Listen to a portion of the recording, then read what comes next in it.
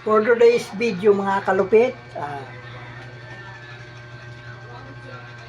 yung sa nanay ko, tingnan natin, katatapos lang niya kumain, ayun o.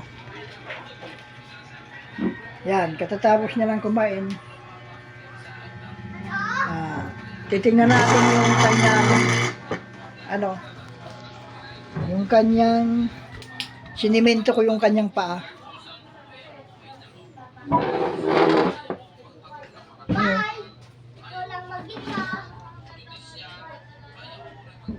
Sabi ma?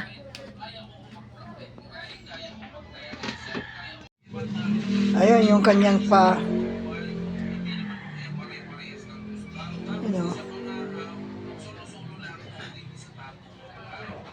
Nahawak ako kasi hindi siya masyadong makagalaw. Yan o.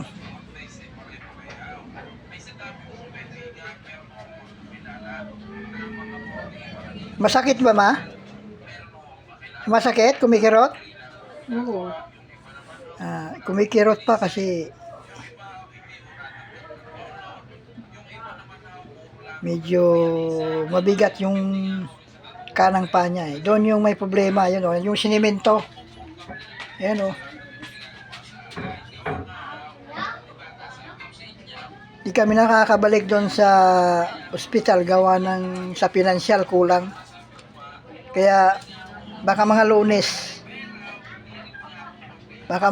pa kami kapunta. Gawa ng busy rin sa trabaho yung mga kapatid ko. Bali, ako lang yung nandito na iwan. At ako yung umaalalay sa kanya. Kaya medyo nadidelay yung punta namin doon sa doktor.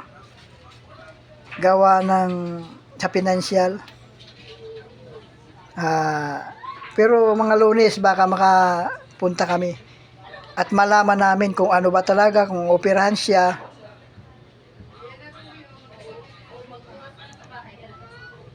At kung ano ang desisyon ng doktor. Kaya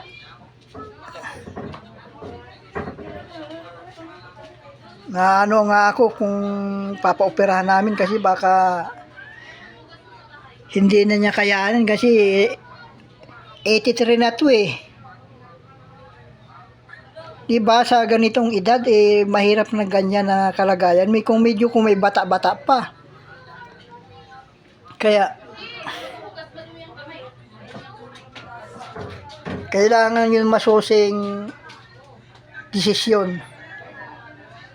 Hindi basta-basta ito kasi pag ito nagkamali, halimbawa naoperahan eh, hindi niya kinaya, wala na. Kaya hindi basta-basta tayo mag-desisyon ng ganun ka. Sa akin nga eh, parang ayaw ko pa operahan yan eh. Oh, you know.